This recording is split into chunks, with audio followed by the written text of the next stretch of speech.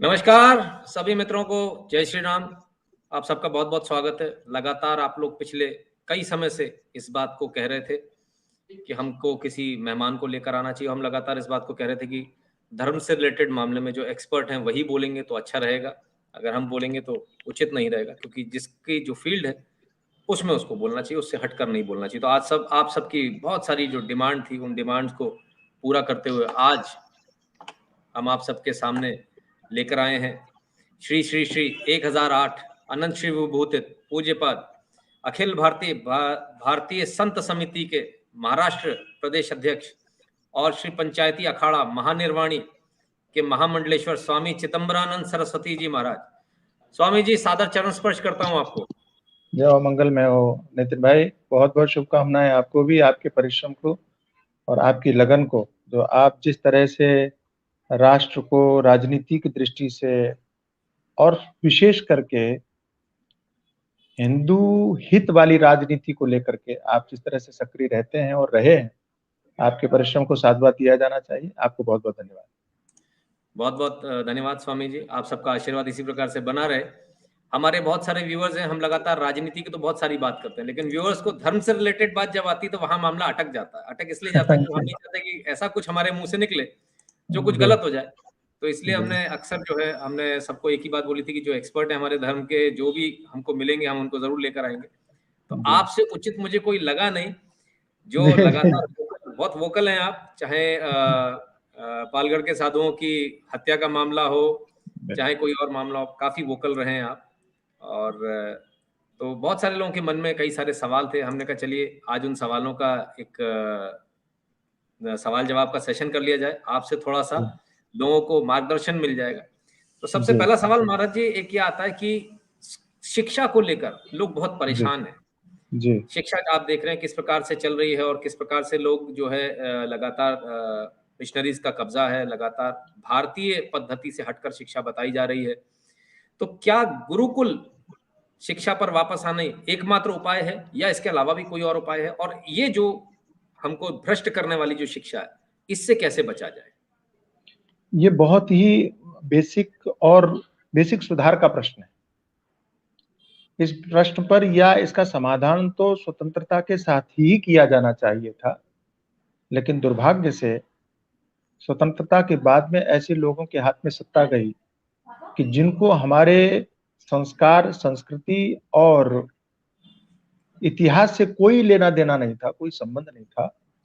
उन्होंने उन्हीं विचारों को महत्व दिया जिन विचारों से स्वतंत्रता के लिए हम लड़ाई करते रहे, जिन विचारों की स्वतंत्रता के लिए हमने बलिदान किया, जिन विचारों से स्वतंत्रता के लिए हमने न जाने कितनी कुर्बानियां दी, जिन विचारों से स्वतंत्रता के लिए हमारे बड़े-बड़े महापुरुषों ने कैसा-कैसा कठिन-कठिन श्रम किया, उन बातों को भुला करके केवल भूमि के टुकड़े के स्वामित्व को प्राप्त करने के बाद शिक्षा व्यवस्था में उन्हीं बातों को लागू किया गया जिन विचारों से हम आजादी चाहते थे। अभी-अभी आपने देखा होगा न्यूज़ 18 पर एक जो डिबेट हुई थी, उसमें मैंने ये बात कहा था कि दुखद बात ये है कि हम जब गुलाम रहे, परतंत्र रहे, तब हमारी इतनी हानि नहीं हुई जितनी हानि स्वतंत्र होने के बाद में हमारी हुई। वैचारिक हमारी हानि हुई। आपने बिल्कुल सही कहा, गुरुकुल परंपरा हमारी होनी चाहिए, सुदृढ़ होनी चाहिए। जो कल्चर आज हम देख रहे हैं, मैकाले की शिक्षा पद्धति का परिणाम, दुष्परिणाम भारतीय जनमानस में विशेष करके हिंदुओं में दिखाई देता है। ये सारा का सारा कलंक केवल और केवल उसी शिक्षा पद्धति का परिणाम है। इसका सुधार गुरुकुल है और गुरुकुल होना चाहिए, लेकिन गुरुकुल अभी तत्काल में आप चाहो कि हम उंगली चुटकी बजाएं और तुरंत गुरुकुल खुल जाए और तुरंत ही गुरुकुल में सारी शिक्षा व्यवस्था में सुधार आ जाए, सारे के सारे जितने भी लोग हैं तुरंत अपने बच्चों को गुरुकुल में पढ़ाने लग जाएं, ये संभव नहीं है। इसलिए मेरा निवेदन सदैव ये रहा है कि वर्तमान में शिक्षा पद्धति में सुधार तो राजनीतिक दृष्टि से सरकारें या जो नया परिवर्तन 2014 के बाद में हुआ है, उस दृष्टि से परिवर्तन होगा और हो सकता है, ऐसी हम आशा करते हैं, हम लोग मांग भी करते हैं, हम लोग बार-बार ये बात कहते भी हैं। लेकिन जो मूल बात मैं निवेदन करना चाहता हूँ सदैव कि अपने बच्चों को घरों में भी व्यक्तियों को संस्कार देने चाहिए। मैं बहुत विनम्रता पूर्वक ये बात कहता हूँ कि मुसलमान केवल शिक्षा पर आधारित होकर के, आश्रित रह करके अपने बच्चों में संस्कार घर पे देना बंद नहीं करता है। भले ही वो मदरसे में न पढ़ा हो, भले ही वो इंजीनियरिंग कॉलेज में शिक्षा प्राप्त कर रहा हो, भले ही वो कंप्यूटर इंजीनियर बना हुआ हो, भले ही वो कहीं भी पढ़ करके आता हो, लेकिन उसकी जो मानसिकता धार्मिक रूप से सुदृढ़ होती है, उसकी जो मानसिकता घर में उसके जो संस्कार प्राप्त होते हैं, उसी से वो कट्टर बनता है, उसी से वो अपने धर्म के प्रति, मजहब के प्रति समर्पित बनता है, उसी के कारण वो हर चीज को फॉलो करते हुए आगे बढ़ता है। कहीं ना कहीं हम लोग जो मार खा रहे हैं, उसका सबसे बड़ा परिणाम है कि हम अपने बच्चों को घर में संस्कार देना बंद कर दिए। और संस्कार ही नहीं है, हमें कई बार ऐसा लगता है भैया, मैं तो मुंबई में रहता हूँ, यहाँ पर बड़े बड़े घरों को देखता हूँ, हमारे यहाँ संस्कार देने की तो बात छोड़ दो, हम अपने बच्चों से मिलने के लिए टाइम ही नहीं निकाल पाते। जब बच्चे स्कूल जाते हैं तब माँ बाप सो रहे होते हैं, और जब माँ बाप अपने काम से वापस आते हैं तो बच्चे सो गए होते हैं। संडे संडे बच्चे मुश्किल से माँ बाप से मिलने के लिए थोड़ी देर के लिए तरसते हैं, तो मालूम पड़ता है कि बाप ने कहीं और अपनी प्लानिंग कर ली घूमने की, बच्चों ने कहीं और प्लानिंग कर ली घूमने की। जब हम आपस में मिलेंगे ही नहीं, संपर्क ही नहीं करेंगे, संवाद ही नहीं करेंगे, तो कहाँ संस्कार देखने को मिलेंगे। तो आपका जो प्रश्न है वो बेसिक रूप से बहुत सही है कि गुरुकुल होने चाहिए। हम भी प्रयास कर रहे हैं कि गुरुकुल की कुछ ऐसी व्यवस्था बनाई जाए, लेकिन उसके लिए बहुत पैसे की आवश्यकता है, बड़ी मारामारी है, बहुत झंझट है। मैं देख रहा हूँ कुछ भी करने चलो तो एक तो हमारी कानून व्यवस्था ऐसी है कि जिसमें आप अच्छा करने चाहो तो आपके लिए और अच्छे व्यक्ति के लिए संकट बहुत है, कठिनाई बहुत है। आप बुरा करने जाओ तो कोई भी संकट नहीं, कोई परेशानी नहीं, कहीं से भी आप 2 नंबर की रिवॉल्वर खरीद करके कहीं भी गुंडागर्दी कर सकते हो आप, भले उसका परिणाम कितना भी बाद में बुरा हो। लेकिन शुरुआत करने के लिए, बुराई करने के लिए व्यक्ति को कहीं कोई कठिनाई नहीं, हर चीज हर जगह उपलब्ध है। लेकिन जब आप अच्छा करने के लिए जाते हो तो आपके सामने हजार समस्याएं ऐसी आ जाती हैं कि थोड़ा बहुत कोई प्रयास करना भी चाहे तो बेचारा निराश होकर के थका हार के बैठ जाता है। तो शिक्षा पद्धति के सुधार के लिए केवल गुरुकुल पर आश्रित न रह करके हम बड़े लोगों का ये कर्तव्य है कि अपने अपने घरों में बच्चों में भी संस्कार देना आरंभ करें। अपने बच्चों को गीता, भागवत, रामायण, ये छोटी छोटी जो पुस्तकें हैं या महत्वपूर्ण जो पुस्तकें हैं उनको थोड़ा पढ़ाएं। गीता प्रेस ने बहुत सारी पुस्तकें सस्ती में खरीद प्रकाशित की हैं, उसमें वेद की कथाएं भी हैं, उसमें महाभारत की कथाएं भी हैं, संक्षिप्त संक्षिप्त छोटी छोटी कथाएं हैं। उन कथाओं को जरूर पढ़ाना शुरू करें, इससे हमारे विचारों में परिवर्तन अवश्य आएगा। अब मैं एक उदाहरण देकर के इस बात को पूरा करूंगा कि जब हमने रामायण सीरियल देखा, रामायण सीरियल के माध्यम से बच्चों में ही नहीं पूरे भारतवर्ष में एक ऐसा आकर्षण पैदा हुआ, एक ऐसा लगाव पैदा हुआ। और ये केवल 1986, 87, 88 की ही बात नहीं है। अभी कोरोना काल में भी जब रामायण का पुनर्प्रसारण हुआ तो किस तरह से भारतवर्ष एक साथ में जुड़ करके और अपनी आध्यात्मिक पहचान से जुड़ करके गौरवान्वित अनुभव कर रहा था। ये टीआरपी की दृष्टि से भी भारत का वो सीरियल कोरोना काल में सर्वश्रेष्ठ सीरियल रैंकिंग प्राप्त हुई थी, आप तो देख ही रहे हैं। इसका अर्थ है कि भारत का जनमानस 2014 के बाद में ऐसा बदला है कि युवा भी धर्म के विषय में जानना चाहता है। हमारे साथ में बहुत सारे बच्चे धर्म के विषय में प्रश्न पूछ रहे हैं आजकल, और कई बातें पूछते हैं, हमें बड़ा अच्छा लगता है, आनंद आता है। 2014 से पहले आप इन बातों की कल्पना नहीं कर सकते थे, लेकिन ये परिवर्तन हुआ है। तो पहला कर्तव्य हमारा है कि हम बड़े लोग अपने बच्चों को संस्कार देना आरंभ करें। उसके लिए चाहिए बड़े लोग भी धार्मिक शास्त्र को पढ़ना आरंभ करें, शुरू करें। स्वामी जी, अभी एक विनम्र एक मन में एक शंका आ रही है, जरा उस शंका को थोड़ा निराकरण करवा लूं आपसे कि पुस्तकें तो मिल जाएंगी, पुस्तक से पढ़ लेंगे, लेकिन क्या पुस्तक से पढ़ना ही पर्याप्त है, या जीवन में गुरु का होना आवश्यक है कि पुस्तक में क्या जी। लिखा है उसका तात्पर्य क्या है, उसकी सही दिशा दिखाना, गुरु कितने आवश्यक है, और क्या गुरु, क्या नजदीकी गुरु किसको ढूंढा जाए, क्योंकि आजकल इजी होना चाहिए मामला, तो उसके लिए क्या किया जाए और कैसे, क्या मार्गदर्शन आप देंगे? हाँ, बहुत अच्छी बात है। सबसे पहली बात है, हमारे शास्त्रीय व्यवस्था देखिए, हमारी शास्त्रीय व्यवस्था इतनी सुंदर है कि आप देख करके चकित रह जाएंगे। हमारी शास्त्रीय व्यवस्था में गुरु एक नहीं माना है, हमारी शास्त्रीय व्यवस्था में 8 गुरुओं का वर्णन है। जीवन में प्रत्येक व्यक्ति के 8 गुरु होते हैं, और वो 8 गुरु कौन कौन से बोले? पहला गुरु दाई माँ, जो बच्चे को पैदा करती है, जिसे आप नर्स बोलते हो, सबसे पहले उसका संस्कार उसके ऊपर बहुत बड़ा असर डालता है। इन बातों पर हमने कभी गौर ही नहीं किया, जबकि हमारी सनातन संस्कृति में इन बातों का इतना महत्व था। आप तो नितिन भैया ग्वालियर क्षेत्र से हैं, और हो सकता है गांव की परंपराओं से जुड़े भी रहेंगे, और बहुत सारे व्यूअर्स गांव से जुड़े हुए होंगे। पुराने समय में अगर उनको कभी भी याद हो, जब गांव में बच्चा पैदा होता था तो जो दाई माँ गाय माँ को बच्चा पैदा करने में सहायक होती थी, उसको घर वाले बहुत संतुष्ट रखते थे। और आप आश्चर्य करेंगे, एक बड़ी विचित्र पद्धति थी हमारे यहाँ, जो शायद नई जनरेशन को तो पता भी नहीं होगा। अमुक दिन के बाद में उस बच्चे के बराबर अन्न तौल करके दाई माँ को दिया जाता था। कितनी प्यारी और कितनी विचित्र बात थी। इसका अर्थ था कि वो जितना खिलाएगी पिलाएगी, जितना उसको तंदुरुस्त रखेगी, जितना स्वस्थ रखेगी, जितना भारी होगा, उसको अन्न उतना ही प्राप्त होगा। तो बड़े प्रेम से वो उसका पाल लालन पालन पोषण करती थी, और उसके विचार भी उसके प्रति बहुत अच्छे रहते थे। जैसे विचार उसके होंगे, चूंकि आरंभ के 10-15 दिन तक बच्चा उसी दाई माँ के हाथ में रहता था, उसके विचारों का उसके ऊपर बहुत प्रभाव पड़ता था। ये गांव वाले जानते थे, पुराने लोग जानते थे, इसलिए उसको सदैव संतुष्ट रखा जाता था, चाहे वस्त्र दे करके, चाहे अन्न दे करके, चाहे धन दे करके, उसको संतुष्ट रखा जाता था। तो पहला प्रभाव उस दाई माँ का। दूसरे गुरु के रूप में हमारी माँ, माँ के विचार, माँ की वैचारिक जो शक्ति है, बच्चे के ऊपर सर्वाधिक प्रभाव डालती है। तीसरा गुरु पिता, चौथा गुरु शिक्षक, पांचवा गुरु मित्र, छठा गुरु पति के लिए पत्नी, पत्नी के लिए पति, सातवां गुरु जो आपके कर्म कांड में सहायक होता है, सत्यनारायण की कथा करवा रहा है, विवाह आदि करवा रहा है, जिसको हम कुलगुरु कहते हैं, पौरोहित्य कर्म करवाने वाला है, यज्ञ आदि जो कर्म करवाता है, वो सातवां गुरु। और आठवां गुरु बोलते हैं हम लोग सदगुरु, जो संसारिक चीजों से परे जो सत्य तत्व है, सगुरु मेवा विगच्छेत तत् समित पाणी श्रोत्रियम ब्रह्मनिष्ठम, जिसके लिए वेदों ने कहा, उपनिषदों ने कहा, तद विज्ञानार्थम स गुरुमेवा विगच्छेत समित पाणी श्रोत्रियम ब्रह्मनिष्ठम, उस परम तत्व की जानकारी के लिए आठवें गुरु यानी सदगुरु का वर्णन है।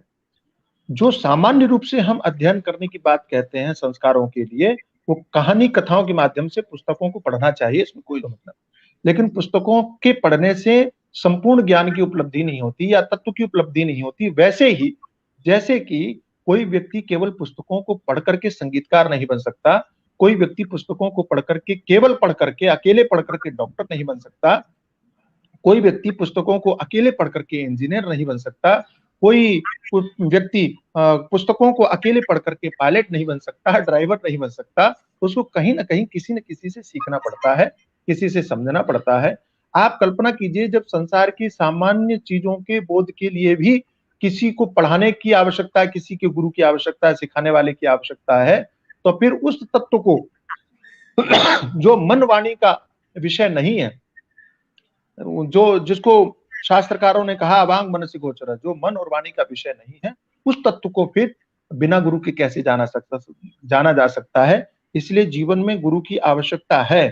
स्वयं भगवान भी ऐसा निर्देश करते हैं, ऐसा वर्णन करते हैं कि गुरु आवश्यक है, बिना गुरु के कल्याण नहीं हो सकता। जो बिरंच शंकर सम होई, गुरु बिनु भवनिधि तरह न कोई। ब्रह्मा और शंकर के समान भी कोई व्यक्ति हो तो भी बिना गुरु के उसको उसका कल्याण नहीं हो सकता, ये शास्त्र का कथन है। इसलिए गुरु आवश्यक है। अब दूसरा प्रश्न है कि गुरु ढूंढे कहाँ, ये महत्वपूर्ण है वर्तमान समय में, क्योंकि हमारे शास्त्रकार बहुत तटस्थ होकर के बात कहते हैं। किसी और लालच, लोभ, लाभ, लालच के उसमें फंस करके कोई बात नहीं कहते। शास्त्रकार कहते हैं कि पहले गुरु को अच्छी तरह से परीक्षण करना चाहिए। श्रोत्रियो वृजनो काम हतो यो ब्रह्मवित्तमः, ब्रह्मण्य परता शांतो निरिंधन इवारल। गुरु के विषय में बहुत सारे लक्षणों का वर्णन है कि आप ऐसे ही अनजाने में किसी से प्रभावित होकर के, किसी की चमक दमक से प्रभावित होकर के, या किसी की बातों में उलझ करके, या किसी का तामझाम देख करके आप उसको गुरु के रूप में स्वीकार मत कीजिए। गुरु के जो लक्षण है उनको पहले देखिए, समझिए। हमारे यहाँ गांव में कहावत थी कि पानी पिए छान के और गुरु करे जान के। बिना जाने बिना समझे किसी को गुरु नहीं बनाना चाहिए। गुरु क्या है पहले समझना चाहिए, पहले अच्छी तरह से समझना चाहिए। हमारे यहाँ थोड़ी सी आजकल की मानसिकता ऐसी हो गई है कि भेड़ चाल में हमने देखा कि जिसके पीछे भीड़ जा रही है, हमने समझा कि यही बहुत बढ़िया है, यही गुरु है, इसी को गुरु बना लो। इन चीजों से बचना चाहिए। इन चीजों से अगर नहीं बचेंगे हम, तो आप समझ लीजिए कि हमारे लिए हानिकारक होगा, धर्म के लिए हानिकारक होगा, और उसका दुष्परिणाम हम देखते ही हैं, देख ही रहे। इसलिए इसकी आवश्यकता है, बचाव की आवश्यकता है। गुरु, मेरे ख्याल से सारे दर्शकों को एकदम क्लियर हो गया होगा कि गुरु सबसे इंपॉर्टेंट है, खाली किताबों से कुछ नहीं होगा। इसलिए किताबें पढ़ें, आवश्यक है। सारे धर्मशास्त्र पढ़ें, वो खुले हैं, सबके लिए हैं। लेकिन यदि आपको वाकई में ज्ञान चाहिए तो आपको गुरु की आवश्यकता है। अच्छा स्वामी जी नितिन भैया, एक बात याद आ गई मुझे, तो मैं जरा शेयर कर दूं जी, कि किताब क्यों गुरु की आवश्यकता है। ये भी एक उदाहरण के द्वारा आप बहुत अच्छी तरह से इसको समझ सकते हैं, आपके व्यूअर से भी बहुत अच्छी तरह से समझ सकते हैं। कि एक व्यक्ति था और बड़ा संपन्न व्यक्ति था, लेकिन उसकी अचानक मृत्यु हो गई। तो उसका जो लड़का था उसको कुछ जानकारी नहीं थी, व्यापारी था वो बहुत बड़ा, व्यापार की भी जानकारी थी, कुछ समझ नहीं आ रहा था। तो उसने कहा क्या करूं, समझ में नहीं आ रहा है। और उसने सारी किताबें खोज डाली, उसको कहीं धन नहीं मिला। उसके कर्जदार जो थे पिताजी के थे वो सब कर्ज मांगने आ गए, कर्ज दे दिया, सब बर्बाद हो गया, कुछ नहीं बचा, सब खत्म हो गया। अब वो बड़ा परेशान, क्या करे समझ में नहीं आया। तो किताब में उसने एक किताब में कहीं पिताजी के द्वारा लिखा हुआ देखा था, उसमें लिखा हुआ था कि धन अगर हमने धन रखा हुआ है, मंदिर के शिखर में धन रखा हुआ है। मंदिर का जो एक मंदिर उन्होंने बनाया था उस शिखर में धन रखा हुआ है। इसको धन की बहुत बड़ी आवश्यकता थी, हालांकि मंदिर के शिखर को तोड़ना तो बहुत बड़ा पाप है, लेकिन फिर भी ये बेचारा बहुत परेशान था, इसको समझ में कुछ आया नहीं। किताब में लिखा हुआ देख करके और मंदिर का शिखर तोड़ने पहुंच गया। शिखर तोड़ा तो वहां कुछ नहीं मिला। अब ये बड़ा निराश हो गया। अब दुखी होकर के एक तो पाप कर बैठा और दूसरा फल भी कुछ नहीं मिला। ये दोनों बातों से ग्रसित होकर के वो उसने पता लगाया कि पिताजी के गुरुजी कौन थे। तो गुरुजी के पास पहुंचा, बोले गुरुदेव बड़ी बड़ी समस्या हो गई, हमने ऐसा ऐसा पाप भी कर दिया, धन भी नहीं मिला, मैं बड़ा निराश हूं, मैं क्या करूं। तो गुरुदेव ने कहा कि तुम हमको लेके चलो पहले। तो घर लेकर के आया गुरुजी को, बोले पुस्तक कहाँ है वो दिखाओ। तो पुस्तक देखा तो उसमें उन्होंने लिखा था, पिताजी ने पूरी बात लिखी थी कि वैशाख शुक्ल तृतीया को दोपहर में 12 बजे हमने मंदिर के शिखर में और धन रखा है। तो गुरुजी ने कहा देखो बेटा, ये जो वैशाख शुक्ल तृतीया है उसके आने से पूर्व पहले जो तुमने शिखर तोड़वाया, पहले शिखर बनवाओ। बोले गुरुजी पैसा नहीं है। बोले ये तो तुमको करना पड़ेगा अगर धन की प्राप्ति करनी है, और जब वो शिखर बनवा दोगे तब हम तुमको बताएंगे कि वो धन कहाँ है। उसने कैसे भी पैसे का जुगाड़ करके और शिखर बनवाया। तो वैशाख शुक्ल तृतीया आई और जब ठीक दोपहर में 12 बजे, और तब गुरुजी ने कहा कि देखो अब इस शिखर की छाया कहाँ पड़ रही है। और छाया जब देखी तो बोले इसको खोलो, जमीन को खोदा तो धन मिल गया। तो क्या बात पुस्तक में वही लिखी थी, लेकिन बेटे को समझ में नहीं आई, गुरुजी को समझ में आ गई। इसलिए शास्त्रों में बहुत सारी ऐसी बातें हैं जो हम नहीं समझ पाएंगे। परंपरागत जो ज्ञान होता है वो पुस्तकों में नहीं लिखा होता है, गुरुजी से ही सीखना पड़ता है। जी जी। स्वामी जी, एक और प्रश्न बहुत सारे लोग पूछ रहे हैं कि जनेऊ धारण का अधिकार किसको है? क्या सभी हिंदू जनेऊ धारण कर सकते हैं? और दूसरा, जनेऊ धारण के नियम क्या हैं? उनको किस प्रकार से धारण किया जाना चाहिए डे टू डे लाइफ में? हाँ जी, आप ये समझो, इसमें बड़ा कंट्रोवर्सी करते हैं लोग, बड़ा विवाद करते हैं। और आर्य समाजियों ने और हमारे जो दूसरे एक शांति कुंज वाले हैं, इन लोगों ने थोड़ा सा व्यवस्था को गड़बड़ किया है। मैं उन मान्यताओं के लोगों से क्षमा मांगते हुए स्पष्ट रूप से निवेदन करना चाहता हूँ। बात समझने की है। जनेऊ कोई फैशन शो का कोई वस्त्र नहीं है कि कोई भी धारण कर ले, कभी भी धारण कर ले, कैसे भी धारण कर ले। ये बात समझने की है। हमारे यहाँ ऐसे कार्यों को देखा गया कि जिन कार्यों के करते समय पर जनेऊ अशुद्ध होने की संभावना नहीं रहती, उन लोगों को जनेऊ के लिए अधिकृत किया गया। ये बात समझने की है। बात को समझे बिना केवल जातिगत दृष्टि से अगर आप इस बात को देखोगे तो भ्रम फैलेगा, लड़ाई होगी, झगड़े होंगे, जो कि विद्रोही चाहते हैं, जो कि विधर्मी चाहते हैं, जो कि विदेशी लोग चाहते हैं कि हम इन्हीं बातों में उलझ करके वो झगड़ा करते रहें। लेकिन मेरा निवेदन, जैसे हम एक बात कहते हैं प्रोटोकॉल, तो प्रोटोकॉल फॉलो किसके लिए किया जाना चाहिए, कौन करवाता है? तो कहा कि जो सरकार के द्वारा अधिकार प्राप्त लोग हैं उनके लिए प्रोटोकॉल का विधान है, उनके लिए सुरक्षा का विधान है, उनके लिए। अब आप कोई कहने लगे कि प्रधानमंत्री के लिए अगर प्रोटोकॉल है तो फिर एक कर्मचारी के लिए, जो स्वीपर है, उसके लिए प्रोटोकॉल क्यों नहीं है? उसके लिए किसी सुरक्षा का गार्ड की आवश्यकता क्यों नहीं है? क्या वो मनुष्य नहीं है? क्या कोई आदमी नहीं है? ऐसे लोग, वामपंथियों की मानसिकता वाले लोग, केवल झगड़ा करने का, करवाने का काम करते हैं। वो व्यवस्था को समझने की बात नहीं करते, समझना नहीं चाहते। मैं आपसे निवेदन करता हूं कि पहले हमारी पूरी व्यवस्था को समझिए। हमारी व्यवस्था है क्या, हम चाहते क्या है? तो जनेऊ एक पवित्र चीज है, उस पवित्रता के कारण उसका उपयोग उन्हीं लोगों को किया जाना आवश्यक है जो लोग सेवा कार्य से जुड़े हुए नहीं हैं, जो लोग यज्ञ कार्य से सीधे सीधे जुड़े हुए हैं। उन्हीं के लिए, जो वैदिक परंपरा में वेद पाठ से सीधे सीधे जुड़े हुए हैं, उनको पवित्रता की दृष्टि से यज्ञोपवीत की आवश्यकता है। जो आदमी झाड़ू लगा रहा है, जो आदमी चमड़े का काम कर रहा है, जो आदमी मतलब ऐसे ऐसे काम कर रहा है जिन कामों से उसको व्यवस्था से फुर्सत ही नहीं है, वो शुद्धि का ध्यान रखे, कि वो अपने काम का ध्यान रखे, कि अपनी दूसरी चीजों का ध्यान रखे, उन लोगों के लिए इसकी व्यवस्था। इसीलिए माताओं के लिए भी जनेऊ की व्यवस्था नहीं है। आर्य समाज ने हालांकि महिलाओं को भी जनेऊ पहनाना शुरू कर दिया, जो कि उनकी मनमानी है। अगर वास्तविक दृष्टि से, अब परंपरागत दृष्टि से देखेंगे तो माताओं के लिए जनेऊ का विधान नहीं है। क्यों? उनको बच्चों की शुद्धि अशुद्धि को देखना है कि वो अपना जनेऊ संभालेंगे। तो बहुत सारी बातें हैं जिन पर विचार करना आवश्यक है। तो ब्राह्मण, क्षत्रिय, वैश्य इन तीनों के लिए यज्ञोपवीत का विधान है। कहीं-कहीं मैंने शूद्रों के लिए भी देखा, लेकिन ऐसे शूद्र जो सेवा कार्य में संलग्न नहीं है, उनके लिए कहीं-कहीं व्यवस्था के रूप में दिखाई पड़ा। लेकिन मूलतः ये ब्राह्मण, क्षत्रिय, वैश्य इनको द्विजातियां कहते हैं। इन्हीं के यज्ञोपवीत संस्कारों का विधान है। इन लोगों के लिए यज्ञोपवीत का विधान होना चाहिए। पालन की जहां तक बात है, तो कहीं भी मल मूत्र आदि के लिए अगर कोई व्यक्ति जाता है तो उस पे कान पे रखना आवश्यक है, क्योंकि कमर से ऊपर जनेऊ होना चाहिए जब आप मल मूत्र का विसर्जन करते हैं। ये दो चीजें बहुत बड़ी आवश्यक है। साथ साथ में आपका जो रेतस है, मतलब आपका जो वीर्य है, वो स्खलन नहीं होना चाहिए। यदि अगर होता है तो आपको जनेऊ बदलना पड़ेगा। बहुत सारी, अगर आप शमशान में गए तो आपको जनेऊ बदलना पड़ेगा। अगर आप चंद्र ग्रहण हो गया तो आपको जनेऊ बदलना पड़ेगा। ऐसी बहुत सारी त्रुटियां हैं, बहुत सारी बातें हैं, बहुत सारी चीजें हैं। अशुद्धि अवस्था में जनेऊ को बदलना आवश्यक है। शुद्ध अवस्था में जनेऊ आप रखो। इतना जो पालन और ध्यान कर सके उन्हीं को जनेऊ धारण करना चाहिए। जी जी स्वामी जी। स्वामी जी, वर्तमान जो परिप्रेक्ष्य में राजनीति आप देख रहे हैं, राजनीति चल रही है, धर्माचार्य अलग हैं। हालांकि आप तो काफी मुखर हैं, लेकिन काफी धर्माचार्य चुप रहते हैं। मंदिर टूटते हैं तो भी चुप रहते हैं, राम भक्तों पे गोली चलती तब भी चुप रहते हैं। तो ये एक बड़ी विडंबना की स्थिति आ जाती है कि क्या जो हमारे धर्माचार्य हैं, जितने सारे साधु संत हैं, क्या इनको चुप रहना चाहिए या इनको वोकल होना चाहिए, इनको बोलना चाहिए? और आज की परिस्थिति में क्या आपको नहीं लगता कि इट इज हाई टाइम कि अब साधु संतों को आकर ये कमान संभालनी चाहिए? जी, निश्चित रूप से संभालनी चाहिए और निश्चित रूप से बोलना चाहिए। आज के समय में शुरू भी हो चुका है। आप तो हमारे सोशल मीडिया से बहुत पहले से हम लोग जुड़े हुए हैं। आप तो देख ही रहे हैं कि मैं तो जब से फेसबुक आया तब से मैं लिखता हूँ, लिखता रहा हूँ और मुखर रहा हूँ। लेकिन अब परिणाम हम देख रहे हैं। 2014 के बाद में बहुत परिवर्तन हुआ है। बहुत सारे युवा संत जो हैं, वो मुखर होने लगे हैं। बहुत सारे सार्वजनिक मंचों पर, अभी हम 2 दिन वाराणसी में थे, संत सम्मेलन था, विशाल संत सम्मेलन, आप जान करके चकित हो जाएँगे।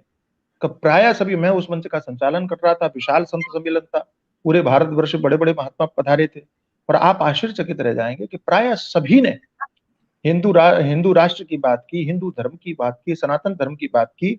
और आप आश्चर्यचकित ये रह जाएंगे कि उसी धर्म मंच से पाकिस्तान अधिकृत जो कश्मीर है वो भी भारत में कितनी जल्दी सम्मिलित हो, इसके लिए संत सम्मेलन में बात उठाई गई और कहा गया कि आप मांग कीजिए, चाहे समर्थन कीजिए, चाहे वोट कीजिए, चाहे लोगों को इकट्ठा कीजिए, चाहे यज्ञ कीजिए, इसके लिए पाकिस्तान अधिकृत कश्मीर 2023-2024 के चुनाव से पहले भारत में सम्मिलित हो जाना चाहिए। इसके लिए सभी संतों को प्रयास करना चाहिए। ये बातें अगर सनातन धर्म के मंच से उठे तो ये आनंदित करती हैं, अच्छा लगता है। और आप चकित रह जाएंगे कि मैं संचालन कर रहा हूँ, जितने भी वक्ता हैं बोलने वाले, और सब मुझे देख करके खुश होते हैं कि हमारे स्वामी जी बहुत एक्टिव रहते हैं सोशल मीडिया पर और युवाओं की बड़ी पसंद है और लोगों को एक आदर्श के रूप में स्थापित। तो ये बात सुन करके हमको ये अच्छा नहीं लगता कि मैं बहुत बड़ा नायक जैसा बन रहा हूँ। मुझे ये अच्छा लगता है कि मेरी बातें लोगों को अपील कर रही हैं और लोग राष्ट्र भावना से प्रेरित होकर के धर्म की बात उठाने में संकोच नहीं कर रहे। एक बात। दूसरी बात यह है कि हमारे धर्माचार्य चुप रहे। प्रमुखतया जो जिन्हें बोलना चाहिए था वे चुप रहे। बड़ी-बड़ी पीठों पर जो बैठे हुए आचार्य पद पर सुशोभित हैं, उन लोगों ने जहां-जहां उनको बोलना चाहिए, चौराहे पर गाय काटी गई, कोई बोलने के लिए तैयार नहीं हुआ। कितनी दुखद बात है। हालांकि जब हम लोगों ने आवाज उठाई तो थोड़ा कहीं-कहीं लेटरबाजी प्रक्रिया शुरू हुई, किसी ने पत्र लिख करके विरोध किया, किसी ने कुछ लिख करके विरोध किया, लेकिन ये इतना पर्याप्त नहीं था। ऐसे राम भक्तों पर गोलियां चलाई गई, कोई मुखर नहीं हुआ। ऐसे ही जब मंदिर तोड़े जाते हैं तब भी कोई मुखर नहीं होता। ऐसे ही जब हिंदू धर्म से संबंधित कोई भी अनर्गल प्रलाप करके चला जाता है, कोई हिंदुत्व की में भेद बता करके हिंदुओं को कमजोर बनाने की कोशिश करता है, कोई हिंदुओं को आतंकवादी और भगवा को आतंकवादी कहने की धृष्टता कर देता है, हमारे धर्माचार्य सारे के सारे मौन रहते हैं। ये गलत बात है, ऐसा नहीं होना चाहिए। लेकिन ऐसा हुआ क्यों? उसका कारण ये है कि ये अंदर की बात है नितिन भाई, कि कांग्रेसी शासन ने बड़े-बड़े धर्माचार्यों की जो संस्थाएं हैं, उन संस्थाओं में चाहे धन दे करके, चाहे और प्रलोभन दे करके, चाहे भय दिखा करके ऐसी नीतियां तैयार की, ऐसा अपना आंतरिक संगठन तैयार किया, जैसे टूल किट जिसे हम बोलते हैं, और जिस टूल किट के परिणाम हमने समय समय पर अनेक बार देखा है, चाहे वो किसान आंदोलन के समय हो, चाहे वो शाहीन बाग के समय पर हो, चाहे वो अन्य समय पर हो, चाहे वो अभी अभी भी ताजा ताजा मामला हो, ऐसे जो टूल किट निर्माण का शब्द, ये जो शब्द है, ये अब अभी हम देख पा रहे हैं। लेकिन कांग्रेसी सत्ता ने पिछले 70 वर्षों में ऐसी ऐसी जगह पर टूल किट का निर्माण किया कि आप कल्पना नहीं कर सकते। आप चकित रह जाएंगे, चकित रह जाएंगे। ये बात मैं आपको कह रहा हूं, ये आग लगाने वाली बात है, लेकिन सच्चाई ये है नितिन भाई कि अगर पुरानी पुरानी कल्याण जो प्रकाशित होती हैं आपके गीता प्रेस से, गीता प्रेस की पुरानी कल्याण की पत्रिकाओं को उठा करके अगर आप पढ़ेंगे, आप दंग रह जाएंगे। उसमें महात्माओं ने नेहरू को अवतार घोषित करने की कोशिश की है, उनको अवतार जैसा बताया, बोले अरे बड़े बड़े सिद्ध हैं, बड़े योगी हैं, वो अंदर बैठ करके बड़ा ध्यान करते हैं। ये कल्याण की पत्रिकाओं में लिखा गया। तो किसने लिखवाया होगा, कैसे लिखवाया होगा? नेहरू को अवतार बनाने की कोशिश की गई। सोचिए आप, कितना बड़ा षड्यंत्र हुआ होगा और स्वामी जी, कितना क्या बड़ा। ये धर्म की श्रेणी में नहीं आता? क्या ये हिंदू धर्म के साथ गद्दारी की श्रेणी में नहीं रखा जाए इसको? है ही है, गद्दारी की श्रेणी में पूरी तरह से। लेकिन बोले कौन? जो बोलता उसी को मार दिया जाता, उसी को खत्म कर दिया जाता। इसीलिए तो कांग्रेसी सत्ता में कोई भी हिंदू प्रमुख विचारधारा को कोई गति नहीं मिल पाई, क्योंकि जो भी आवाज उठती थी उसको खत्म कर दिया जाता। मैंने आपको जैसा कि कहा कि 2010 से जैसे ही फेसबुक आया और मैंने लिखना शुरू किया, आप चकित होंगे। मेरे वो पुराने अगर मैसेंजर के मैसेज निकालेंगे, देखेंगे आप, तो पता चलेगा फेसबुक में पहले मैसेंजर अलग से ऐप नहीं था, फेसबुक में ही मैसेज होता था। उसमें आप देखेंगे, उसमें इतनी धमकियां मुझे दी जाती कि आपको जेल में डाल दिया जाएगा, आपको खत्म कर दिया जाएगा, आपका अस्तित्व मिट जाएगा। मैं भी उत्तर में लिखता कि भैया ऐसे जीने से तो अच्छा है कि मैं मर ही जाऊं, कि जहां मैं अपने धर्म की बात ही ना कर सकूं। तो जब 2013-2012 में मुझे धमकी दी जा सकती है, तो 1947 1947 से लेकर के 1988 तक 80 तक क्या हुआ होगा, आप कल्पना कर सकते हैं? कोई एक विचार देखने को क्यों नहीं मिला हिंदूवादी? क्या भारत नपुंसक हो गया था? नहीं नहीं नहीं, नपुंसक नहीं हो गया था। एक टूल किट था, और उस समय सोशल मीडिया नहीं था, उस समय पर ऐसी व्यवस्थाएं नहीं थी कि जिन बातों से हम सबको परिचय करवाते। लेकिन बहुत गहन षड्यंत्र था कि बड़ी बड़ी संस्थाओं को अपने पक्ष में करके और लोगों को, हिंदुओं को भ्रमित करते हुए और केवल एक छत्र राज्य करने की जो धृष्टता कांग्रेस ने की, उसी का दुष्परिणाम देखने को मिल रहा है कि सारे धर्माचार्य आज भी होने। आपको क्या लगता है जो धर्माचार्य नहीं बोलते, क्यों नहीं बोलते? मैं तो कई बार कहता हूं, और मैं आपसे कहता हूं कि अनेक धर्माचार्य ऐसे हैं नितिन भाई, जिनसे मैं निवेदन करता हूं कि आप क्यों नहीं बोलते। बोले अरे स्वामी जी, हमारे तो कांग्रेसी पे भगत हैं, वो नाराज हो जाएंगे। अरे हमारे तो समाजवादी में भी भगत हैं, वो नाराज। उनको अपने भक्तों की नाराजगी की चिंता है, अपने धर्म की चिंता नहीं। और मैं आपको कहूं भैया, आप तो ग्वालियर के, आप पता लगा लीजिए, मुरैना जिले के कांग्रेस जिला अध्यक्ष हैं, कार्यकारी अध्यक्ष हैं, और वो मेरे शिष्य हैं, दीक्षित शिष्य हैं। मैंने उनको मंत्र दिया है, और मैं खुल करके और कांग्रेस का विरोध करता हूं। मैं क्यों नहीं चिंता करता हूं कि भाई मेरा शिष्य नाराज हो जाएगा। मैंने कहा भैया तुम्हारी राजनीति, तुम राजनीति करो, मैं नहीं बोलूंगा, लेकिन जो मेरी विचारधारा के विरुद्ध होगा मैं उसका समर्थन नहीं कर सकता, और किसी भी हालत में समर्थन। वो तो हंस देते हैं। अभी एक कार्यक्रम में मैंने उनको आमंत्रित किया कि भैया आना है, तो हंसने लगे, बोले स्वामी जी मैं तो आ जाऊंगा, लेकिन मैं कांग्रेस का अध्यक्ष हूं, आप उसको बोलेंगे क्या? मैं कहा मैं बोलूंगा, आप आ जाइए। तो हम व्यक्तिगत स्वार्थों को कहीं पर भी अपने सिद्धांत में नहीं आने देंगे। आप अपना काम कीजिए। अब आप एक बात बताइए, आप नितिन भैया, आप सदगृहस्थ हैं, आप गृहस्थ हैं, आपके बच्चे हैं, आपकी पत्नियां हैं, आप और गृहस्थी के अनुसार आप अपना जीवन चला रहे हैं। हम आपसे सन्यासी होने के लिए थोड़ी कहेंगे, लेकिन जहां सन्यास की बात आएगी और आप सन्यास का विरोध करेंगे तो मैं आपका विरोध करूंगा। आपकी गृहस्थ आश्रम में मैं कोई विरोध नहीं करूंगा, लेकिन सन्यास वाली सिद्धांत की जब बात आएगी तो मैं सन्यास का पक्ष लूंगा। ये मेरा सिद्धांत है, मेरा अधिकार भी है। आप सदगृहस्थ हैं, गृहस्थ पर अगर कोई सन्यासी आंच डालेगा तो आपको सन्यास धर्म और गृहस्थ आश्रम की प्रशंसा करने के लिए अधिकार है, और आप उसकी प्रशंसा कर सकते हैं। तो मेरा मतलब है कि मैं राष्ट्रवादी राजनीति का प्रशंसक हूं, पक्षधर हूं। मैं खुल करके उसकी बात करूंगा, कौन किसको फॉलो करता है उसकी चिंता मैं कभी नहीं करता। स्वामी जी, अभी एक और बात आती है, और जिस प्रकार से आपने कहा तमिलनाडु से लेकर पूरे भारत में एक प्रयास हो रहा है कि किस प्रकार से जो मंदिर है उनको तोड़ा जा रहा है, और जो जहाँ नहीं भी तोड़ा जा रहा है वहां मंदिरों के ऊपर सरकारी कब्जा है।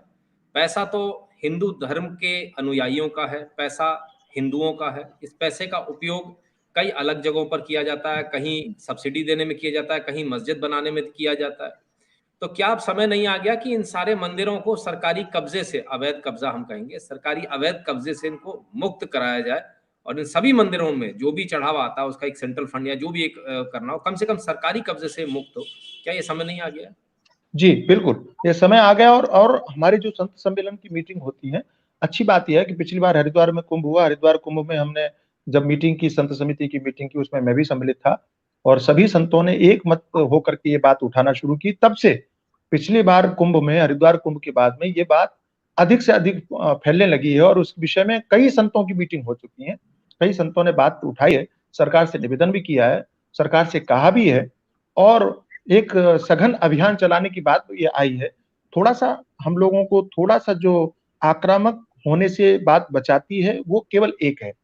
मैं आपसे स्पष्ट रूप से कह सकता हूँ और वो आक्रामक होने से बचाने की बात केवल इतनी है कि हम ऐसा नहीं चाहते कि वर्तमान परिस्थितियों में कोई भी हमारा आंदोलन या कोई भी हमारी बात वर्तमान जो सरकार है या यूपी में सरकार है कि केंद्र में सरकार है, उन सरकारों पर हमारे आंदोलन की आँच आए, इस प्रकार का हम कोई आंदोलन नहीं चाहते। क्यों? क्योंकि जितनी भी हम सुधार की कल्पनाएँ कर सकते हैं या संभावनाएँ देख रहे हैं, वो सुधार की संभावनाएँ और कल्पनाएँ तभी साकार हो सकती हैं, जब वर्तमान सरकार मजबूत होती जाए। अगर थोड़ी भी ये कमज़ोर हुई, तो फिर हमारे आंदोलन क्षमा चाहता हूँ। हमारा आंदोलन तो अभी शुरू भी हम नहीं कर पाए और उसी समय पर दमनकारी नीति हमारे ऊपर चालू हो जाएगी। सारी दुनिया जानती है कि बाबा रामदेव के साथ में कांग्रेसियों ने क्या किया, मार-मार करके उनको भगाया और उनको सलवार कुर्ता पहन करके भागना पड़ा। ऐसी कंडीशन बाद में दोबारा न हो, इसकी हम अपेक्षा करते हैं और ये सरकार हमारा दमन तो नहीं करेगी, लेकिन हमारे आक्रामक रवैये के कारण कहीं हिंदू भ्रमित होकर के और इनको वोट देने नहीं गया या इनको वोट देने की जगह कहीं दूसरे को दे करके आ गया, तो सब कुछ बधारा रह जाएगा। हम माँग कर रहे हैं, हम सुधार की अपेक्षा कर रहे हैं। हमारे जो नवीन हमारे अखिल भारतीय अखाड़ा परिषद के अध्यक्ष हैं पूज्य श्री रविंद्र पुरी जी महाराज, हमारे अखाड़े के ही हैं। तो उन्होंने भी अभी जब हमारी मीटिंग हुई थी, उन्होंने स्पष्ट रूप से कहा और उन्होंने सार्वजनिक रूप से कहा है कि हम सरकार से माँग करते हैं कि जितने भी हमारे मंदिर हैं और अखाड़ा परिषद को भी अगर आवश्यकता पड़ी, तो उसका समर्थन करने के लिए सड़क पर आना पड़ेगा तो सड़क पर आएँगे, संसद पर जाना पड़ेगा तो संसद में जाएँगे, प्रधानमंत्री से मिलना पड़ेगा तो प्रधानमंत्री से मिलेंगे। और निश्चित रूप से माननीय प्रधानमंत्री जी भी इस विषय को समझते हैं और संभावना है कि शीघ्र ही ऐसा कोई निर्णय देखने में आएगा। कम से कम इतना तो हो जाएगा, ये मैं आपको आपके सामने आज आपको अपडेट कर देता हूँ कि भले ही नियंत्रण सरकारी खत्म अभी इतनी जल्दी न हो, लेकिन इतना अवश्य हो जाएगा, ये आप शीघ्र देखेंगे, आप इसको नोट करके रख लीजिए, भले ही सेव करके रख लीजिए। निश्चित रूप से ऐसी सूचना आपको मिलेगी कि सरकारी मंदिरों पर जो सरकारी नियंत्रण है, उस मंदिर का धन विधर्मियों के किसी हिस्से में नहीं जाएगा। ये बहुत जल्दी आपको सूचना प्राप्त हो सकती है। उसका कार्य मंदिर अथवा हिंदू हित के लिए प्रयोग किया जाए, ऐसा देखने में आ सकता है। अति उत्तम। अगर ऐसा हो जाए, इतना भी काफ़ी, अगर इतना हो जाए ये भी जी, बहुत अच्छा है। जी, जी। महाराज, ये एक और बात आती है परिवार को लेकर। हिंदू परिवार बड़े विघटित होते चले जा रहे हैं। तलाक जैसी चीज़ें आ गई हैं। हिंदू धर्म में तो ये नहीं है, लेकिन सरकार ने हिंदू कोड बिल लाकर तलाक जैसी प्रोविज़न को लाकर रखा। तो सबसे पहली बात हम ये पूछना चाहते हैं, क्या हिंदू धर्म में ऐसा कोई प्रोविज़न है जिसमें तलाक धर्म अनुसार दिया जा सकता हो, या फिर ये ऊपर से थोपा गया एक सरकारी फरमान है? दूसरा एक और इसके पीछे एक सवाल आता है कि फैमिली प्लानिंग, क्या फैमिली प्लानिंग करना चाहिए? क्या ये धर्म संगत है? हुँ, और दोनों बात थोड़ा और जी, प्रश्न है। जी। दोनों बातें महत्वपूर्ण हैं। पहली बात तो ये है कि हमारे यहाँ विवाह विवाह जो है ना, वो संस्कार है और संस्कार कभी तोड़ने के लिए नहीं होते, ये आप अच्छी तरह से नियम बना करके दिमाग में बिठा लीजिए। सारे संस्कार जोड़ने का काम करते हैं। हमारे यहाँ संबंध 7 जन्मों का संबंध होता है विवाह, कोई 1 जन्म का नहीं है। यहाँ तो 1 जन्म में 7 शादियाँ कर लें, 7 विवाह कर लें, ऐसे-ऐसे लोग देखने में आते हैं दूसरों की। यहाँ तो पथभ्रष्ट लोग हैं। हमारे यहाँ की परंपरा तो बड़ी विलक्षण है। धार्मिक संस्कृति हमारी जो है, वो 7 जन्मों की संगति की बात करती है। गाँव में तो आम बोलचाल में लोग कहते हैं कि ये तो हमारे 7 जन्म की साथी है, इस तरह से बात करते हैं। अब उसको मज़ाक में लोग कहने लगे कि हमारा आखिरी जन्म है, हम भगवान से ऐसी प्रार्थना करते हैं। हमारे यहाँ पति-पत्नी 2 होते ही नहीं है, आप ये बात ध्यान रखो पहले तो। हमारे यहाँ जो विवाह की परंपरा है, शास्त्रीय विधान में पुरुष तब तक अपूर्ण माना जाता है जब तक कि उसका विवाह न हो। इसका अर्थ है कि वो आधा है। दूसरा विवाह करने के बाद में ही वो पूरा होता है। वामांग में जब पत्नी बैठी होगी तभी आदमी पूरा हुआ है। नहीं तो वो अपूर्ण है। और आप चकित हो जाएंगे, यज्ञ में अविवाहित व्यक्ति को बिठाने का अधिकार नहीं है, यानी जिसका विवाह नहीं हुआ है वो बैठ नहीं सकता है। तो शादी करके जो पूर्ण हुआ है, उस जिस अंग के कारण वो पूर्ण हुआ है, उस अंग को अलग करने का तो कोई विधान हो ही नहीं सकता, उसको तो तोड़ा जाने का विधान हो ही नहीं सकता। इसलिए तलाक जैसी कोई व्यवस्था, अच्छा तलाक जो शब्द है वो स्वयं में घोषित कर रहा है कि वो हिंदू शब्द नहीं है, कि हिंदी शब्द नहीं है, कि शास्त्रीय शब्द नहीं है।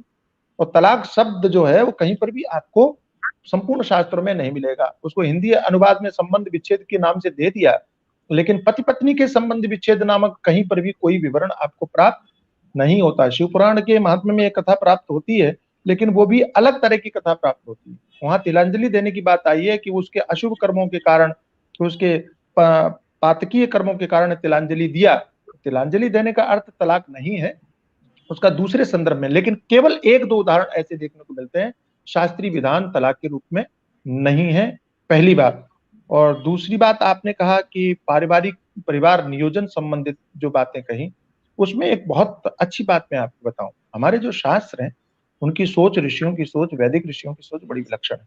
शास्त्र ये कहते हैं कि बहुत सारे भीड़ भाड़ इकट्ठा नहीं करनी चाहिए, बहुत सारी संतान एकदम नहीं होना। हालांकि इसमें थोड़ा मतभेद लोग करते हैं। कई लोग कहते हैं कि बहुत सारी संतान होनी चाहिए, बहुपुत्र लाभ ऐसा करके संस्कृत में आशीर्वाद दिया जाता है कि आपको बहुत संतान हो, इस प्रकार की शुभकामनाएं दी जाती हैं। और लेकिन कई लोग, वैदिक वेद में मैंने एक मंत्र पढ़ा कि बहुत सारी संतान नहीं होनी चाहिए। दोनों बातें समर्थक हैं, दोनों बातों का समर्थन किया जाना चाहिए, दोनों बातों की बात कही जानी चाहिए। लेकिन परिवार नियोजन जिस तरह से आज दिखाई पड़ता है, जैसे तलाक तो हमारे ऊपर जबरदस्ती थोपा गया, हिंदू कोल बिड नाम दिया गया, लेकिन हिंदू धर्मशास्त्र के अनुसार उस पर नियम लागू नहीं होते हैं। और मैं तो चाहता हूं, मेरे साथ में अगर सामर्थ्य होता तो मैं तो कोर्ट में जाकर के और ये जरूर एफिडेविट देता हो, जाकर के मांग करता कि जब नाम हिंदू कोड बिड रखा हुआ है तो इसमें हिंदू धर्मशास्त्र से संबंधित ही कोड लागू होना चाहिए। आपने उसमें कैसे दूसरे धर्म की चीज हमारे ऊपर लागू कर दी? इसके विरोध में बात होनी चाहिए, एक बात। लेकिन संतान धर्म नियोजन के लिए या परिवार नियोजन के लिए जो बात है, उसमें बहुत स्पष्ट रूप से ये जो बाह्य पदार्थों के द्वारा नियोजन की बात कही जाती है, इनका पक्षधर हमारा समाज नहीं रहा है। अगर किसी को कम संतान की अपेक्षा है तो वो धर्म पूर्वक पालन करते हुए, विषय वासना से दूर रख करके संयम पूर्वक उनका पालन करे तो ठीक है। एक दूसरी बात, समय के अनुसार धर्म का अनुसरण होना चाहिए, देश काल परिस्थिति के अनुसार धर्म का अनुसरण होना चाहिए। और वर्तमान परिस्थिति ये कहती है कि आप जो कर रहे हैं वो गलत है, धर्म की दृष्टि से भी, राष्ट्र की दृष्टि से भी। अगर आपने एक ही संतान पैदा किया तो भविष्य में तो सब खत्म है। भैया मैं अभी एक पोस्ट पढ़ रहा था, मुझे तो बड़ी पीड़ा हुई, मैं तो चकित रह गया, दिमाग ही खत्म हो गया, शून्य पड़ गया दिमाग। और वो पोस्ट क्या थी कि अगर आपने परिवार में एक ही लड़का पैदा किया तो फिर अब भाभी, चाचा, चाची, ताऊ, ताई और बहन, जीजाजी, ये सारे संबंध खत्म, इनका तो कोई अस्तित्व ही नहीं बचेगा। तो जितने भी संबंध की दृष्टि, अच्छा हमारी पहचान ही संबंधों से है, विदेशों में संबंध नहीं है, वो जानवरों की तरह रहते हैं, या दूसरे धर्मों में, मजहबों में संबंध की कोई मान्यताएं नहीं है, लेकिन हमारे यहाँ तो संबंधों से ही संस्कार है, संस्कारों से ही संबंध है। तो हमारा तो पूरा ढांचा ही खत्म हो जाएगा अगर हमने संतानों पर इस तरह से, ये एक तरह से ये भी अतिक्रमण है हमारे संस्कारों पर। अगर आपने ऐसे संतानों को एक लड़का होना चाहिए, दो लड़का होना चाहिए, इस तरह की प्रवृत्ति को अगर हमारे ऊपर आरोपित किया तो आप समझ लो कि हम खत्म है, समाप्त है, मिट जाएंगे। दूसरी बात, आप हमारे विषय में जानते हैं, अच्छी तरह से परिचित हैं कि हम 3 भाई थे। हमारे पिताजी ने इच्छा व्यक्त की कि एक भाई है तो सेना में जाए, एक भाई है तो परिवार की सेवा करे, एक भाई है, एक लड़का है तो वो धर्म के क्षेत्र में काम करे। तो 3 बच्चे थे, तो पिताजी ने एक को सेना में भेज, हमारे बड़े भाई सेना में चले गए। बीच वाले भाई ने कहा कि हम परिवार की सेवा कर लेंगे, और मैं छोटा सबसे था तो मैंने कहा कि मैं धर्म के लिए समर्पित हो जाऊंगा। तो 3 भाई थे तो हम ऐसा कर सके। लेकिन जब लड़का एक ही होगा तो वो सेना में जाएगा कि साधु बनेगा कि घर की सेवा करेगा, क्या करेगा? तो सेना के लिए लोग नहीं मिलेंगे, फिर ध्यान रखना। और अगर आप सोच लो, एक भयावह चित्र देखिए कि भविष्य क्या है भारत का, कि यदि हिंदू के एक लड़का होगा वो सेना में जा नहीं सकता है, मुसलमानों के 10 लड़के होंगे वो सेना में जाएंगे, तो कल को सेना में तो सारे के सारे मुस्लिम ही होंगे, तब तो देश तो खत्म हो गया, राष्ट्र खत्म हो गया, फिर क्या है? उनको तो कुछ करने की जरूरत ही नहीं पड़ी। बहुत गंभीरता पूर्वक विचार करने की आवश्यकता है। और मैं निवेदन करता हूं हमारे हिंदू भाई बहनों से कि भाई आप किसी भी स्थिति में 3 बच्चों से 3 संतानों से कम की संतान की कल्पना कीजिए मत। कम से कम 3 संतान होनी चाहिए, कम से कम 3 संतान होनी चाहिए। उसमें चाहे लड़का हो लड़की हो, इसकी चिंता और फिक्र आप मत करना। लड़का होगा तो भी ठीक, लड़की होगी तो भी ठीक, और लड़की होगी तो 2 परिवारों में आपके संस्कार देने की काम करेगी और बढ़ाने की काम करेगी। आप इस तरह की बातें सोचिए। इसलिए कम से कम 3 संतान हो, ताकि एक देश के लिए काम आए, एक परिवार के लिए काम आए, एक सनातन धर्म के लिए काम आए। हमारे साधुओं में नागा साधु कम हो जाएंगे तो फिर तो आगे भविष्य में आप किसी कुंभ में नागाओं का दर्शन नहीं कर सकते। कहां से आएंगे नागा साधु? महात्मा तो संतान पैदा नहीं करते ना। या तो, और हमें तो ऐसा लग रहा है भविष्य में कि कहीं ऐसा ना हो कि महात्माओं को भी संतान पैदा करनी पड़े। अगर ऐसी विकट स्थिति हुई तो शायद ऐसा ही करना पड़ेगा धर्म को बचाने के लिए। लेकिन मेरे हिंदू भाई बहनों से निवेदन है, कम से कम 3 संतान। और भाई मैं तो ये कहता हूं कि अगर आप एक संतान का पालन पोषण नहीं कर पाते, हमें दे दीजिए, हम उसका पालन पोषण कर लेंगे। मैं सार्वजनिक रूप से निवेदन करता हूं कि अगर आप अपनी संतान का पालन पोषण नहीं कर पाते, हमें दे दीजिए, हम उसका पालन पोषण करेंगे और देश के लिए, देश की सेवा के लिए उसको समर्पित होने लायक बनाएंगे। लेकिन प्लीज कृपा करके और संतान को उत्पन्न कीजिए। क्या बात, बहुत बहुत अति उत्तम, अति उत्तम। गुरु स्वामी जी, एक और इसमें सवाल आता है। वो सवाल ये आता है कि आजकल हमने देखा है अबॉर्शन लोग करवाते हैं, अबॉर्शन करते हैं, तो ये क्या ये धर्म संगत है और ये क्या पाप की श्रेणी में आता है? यदि आता है तो कितना बड़ा पाप है और उसके लिए क्या सजा है धर्म अनुसार? बहुत बहुत बड़ी सजा है। पहली बात तो अबॉर्शन जैसी हमारे यहाँ पहले से परिस्थितियां थी ही नहीं। इसके लिए गर्भपात का कोई नियम ही नहीं था, कोई कानून, मतलब कोई विधान ही नहीं था, कोई करता ही नहीं था, हो ही नहीं सकता था, कोई परंपरा ही नहीं थी, तरीका भी नहीं था। इसलिए इसके विरुद्ध या अनुकूल बातों का प्रावधान वहां देखने को तो नहीं मिलता है। लेकिन बाद में ये देखने को मिलता है कि भ्रूण हत्या के नाम से हमको शास्त्रों में देखने में मिला। तो भ्रूण हत्या सबसे जघन्य पापों में से माना। हमारे एक बहुत बड़े संत हुए, बहुत बड़े महात्मा हुए, स्वामी जी राम सुखदास जी महाराज, बड़े प्यारे संत थे, महात्मा थे, विरक्त संत थे। और लोगों में, मारवाड़ी समाज में तो उनका बड़ा प्रभाव था, बहुत बड़ा प्रभाव था। उनका एक बात और आदेश के रूप में मानी जाती थी। आप चकित हो जाएंगे, उन्होंने एक व्रत लिया था कि जिस घर में भ्रूण हत्या होती होगी या जिस घर में गर्भपात हुआ है, उस घर में वो भोजन नहीं करेंगे। और इस अभियान के कारण, और न जाने कितने लोगों ने, कितने परिवारों ने वो भ्रूण हत्या बंद कर दी, ताकि वो महात्मा हमारे घर में भोजन कर ले, हमारे घर में। और वो कहा, बोले स्वामी जी हमसे जो अपराध हुआ, आगे से हम कसम खाते हैं, शपथ लेते हैं कि हमारे घर में ऐसा नहीं होगा, आप हमारे घर में भोजन पाए। और मुझे लगता है कि आज हमारे संत समाज को ऐसी शपथ लेने की, सार्वजनिक शपथ लेने की आवश्यकता है कि हम ऐसे घरों का बहिष्कार कर देंगे जिसमें भ्रूण हत्या होती है। ऐसे घरों में हम भोजन करने नहीं जाएंगे जिसमें भ्रूण हत्या होती है। ये बहुत बड़ा पाप है, नारकीय जीवन। अरे भैया, हम तो चींटी को भी मारने को पाप समझते हैं, चींटी को भी। वहां एक जीवित जीव को मारने का समर्थन कैसे कर सकते हैं? ये तो आप सोचिए, कल्पना कीजिए। तो किसी भी हत्या का हम समर्थन नहीं कर सकते। हम केवल आतताई के हत्याओं का ही समर्थन करते हैं, जो देश के लिए घातक हैं, जो देश के लिए बीमारी है, जो देश के लिए, देश और धर्म पर हानि पहुंचाने का काम करते हैं, हम उनकी हत्या का ही समर्थन करते हैं। इसके अतिरिक्त हम चींटी का भी बाल बांका नहीं चाहते। हम तो उसको भी आटा खिलाने की बात करने वाले लोग हैं। इतनी बात से आप समझ लीजिए। जी जी स्वामी जी। स्वामी जी, इतनी सारी हमने बातचीत करी। आपने पॉलिटिक्स के ऊपर भी बोला, आपने परिवार के ऊपर भी बोला, आपने धर्म के ऊपर भी बोला, कई सारे, क्योंकि धर्म एक बहुत बड़ा सब्जेक्ट है, एक दिन में तो ये कवर नहीं हो सकता। तो इसलिए सबसे पहले तो हमारा निवेदन ये रहेगा कि आप पुनः दोबारा आए, बार बार आए, लगातार आए, ताकि लोगों के मन में जो सवाल है, छोटी छोटी चीजों को लेकर मन में लोगों के सवाल होते हैं, क्या करना चाहिए, क्या नहीं करना चाहिए, क्या मंदिर घर में बनाया जा सकता है, एक ये सवाल भी काफी उठता है। तो क्या मंदिर घर में बनाया जा सकता है या मंदिर ही जाना चाहिए सबको, एक असेंबली पॉइंट जो पहले था उसी की तरह से होना चाहिए? हाँ, मंदिर जो है ना, घरों में बनाने चाहिए, छोटे छोटे मंदिरों में, जिससे संस्कार मिलते हैं। और मंदिरों में भी जाना चाहिए।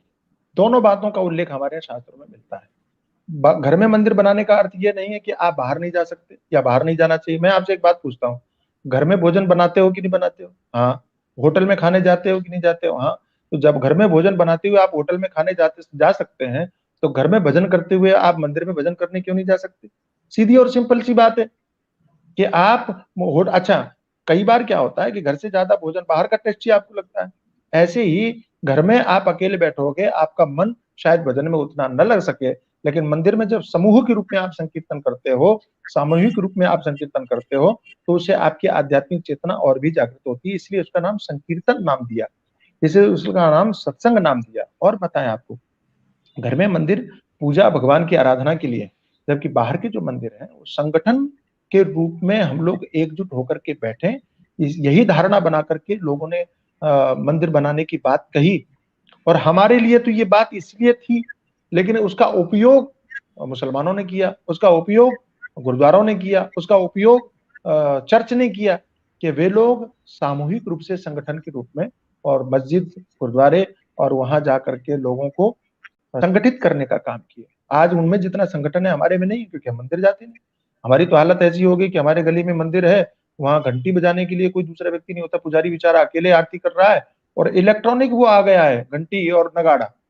ये बड़ा भयानक लगता है हमको, बड़ा पीड़ादायक लगता है कि अब आप इलेक्ट्रॉनिक नगाड़े और घंटियों से भगवान की आरती करोगे, क्योंकि आदमी बजाने वाले नहीं, अब आरती गाने वाले नहीं है, तो कैसेट पर और सीडी लगा करके और मोबाइल से लगा करके वो आरतियां गाई जाती।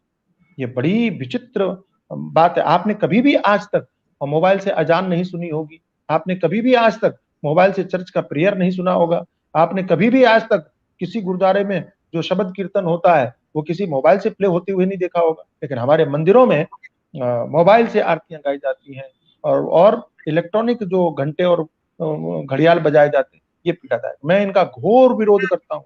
किसी भी मंदिर में इलेक्ट्रॉनिक घड़ियाल, घंटे, शंख आदि नहीं होने चाहिए।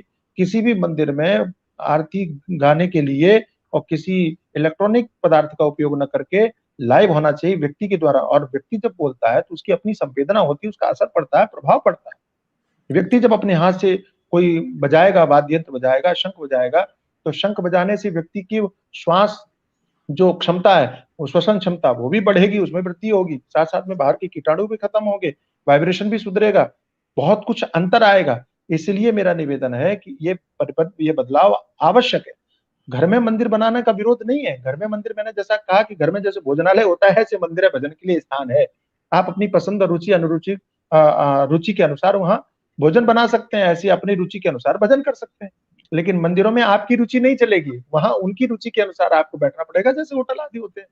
तो मंदिर में जाने की परंपरा अवश्य रखनी चाहिए। आप प्रतिदिन नहीं जा सकते हैं तो कम से कम सोमवार को भगवान के मंदिर जरूर जाओ, कि मंगलवार को। हमारे यहाँ तो 7 दिन शुभ होते हैं, आप किसी भी दिन एक दिन चुन लो ना। उनके यहाँ तो समस्या यह है कि उनके यहाँ फ्राइडे ही जाना है आपको, उनके यहाँ तो समस्या यह है कि उनके यहाँ संडे ही जाना है चर्च में आपको। उनके यहाँ एक ही दिन है, हमारे यहाँ एक दिन नहीं है। सोमवार से लेकर के रविवार तक सारे दिन शुभ है। सोमवार शंकर जी का है, मंगलवार हनुमान जी का है, बुधवार गणेश जी का है, गुरुवार भगवान विष्णु का है, शुक्रवार माता जी का है, शनिवार फिर हनुमान जी के मंदिर पर चले जाइए, रविवार सूर्य भगवान का है तो किसी भी मंदिर चले जाइए। तो मेरा मतलब सारे दिन शुभ है। किसी भी एक दिन को आप संकल्प करके और किसी भी तरह से हर हालत में जाना चाहिए। तो जी, मंदिर मंदिर अवश्य जाएं, एक दिन जाएं, अगर संभव हो तो रोज जाएं, लेकिन कम से कम एक दिन जरूर जाएं। स्वामी जी कैसे कहते हैं? स्वामी जी एक सवाल आ रहा एक हमारी चीज